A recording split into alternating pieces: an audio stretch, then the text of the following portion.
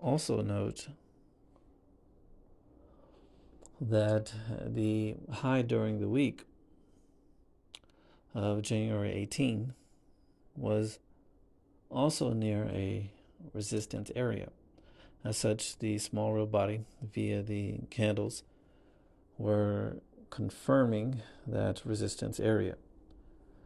As we've seen, the Japanese place great emphasis on the relationship between the open and close because they are the two most emotionally charged points of the trading day.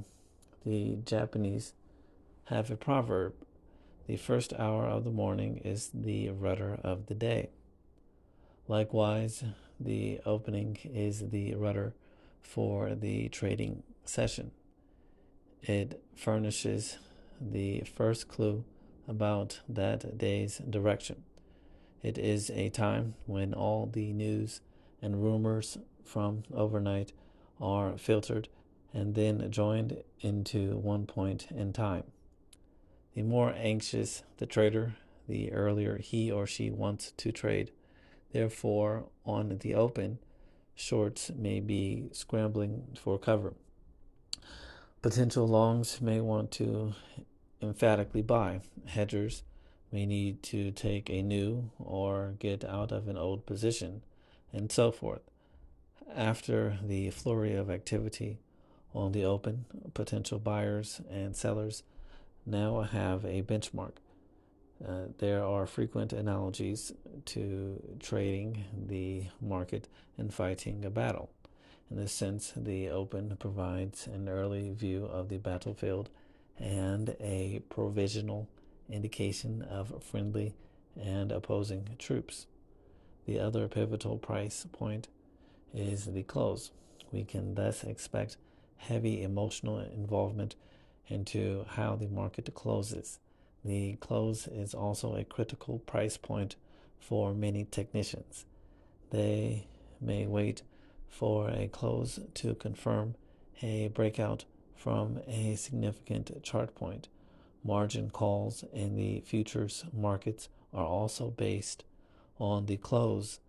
Many computer trading systems, for example, moving average systems, are calculated from closes.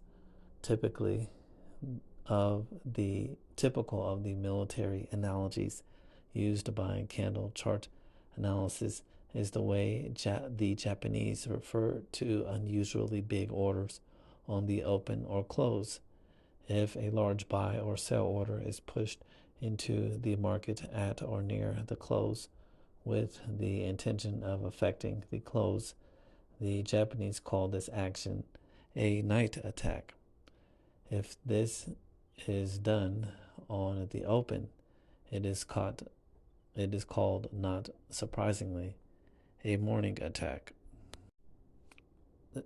Candle terminology and market emotion. Technical analysis is the only way to measure the emotional component of the market. We know that many times an ounce of emotion can be worth a pound of facts. How else to explain a sudden shift in the market without a change in the fundamentals? A fascinating attribute to candle charts is that the names of the candle patterns are a colorful mechanism describing the emotional health of the market at the time these patterns are formed. After hearing the expression dark cloud cover, would you think the market is in an emotionally healthy state? Of course not. As we will see later, this is a bearish pattern, and the name clearly conveys the unhealthy state of the market. There are many patterns and ideas in this book, and the descriptive names employed by the Japanese not only make candle charting fun, but easier to remember if the patterns are bullish or bearish. For example, in Chapter 5, you will learn about the evening star and the morning star without knowing what these patterns look like or what they imply for the market just by hearing their names. Which do you think is bullish and which is bearish? The evening star, the nickname for the planet Venus, which comes out before darkness sets in, sounds like a bearish signal, and so it is. The morning star, then, is a bullish, since the morning star, the planet Mercury, appears just before sunrise.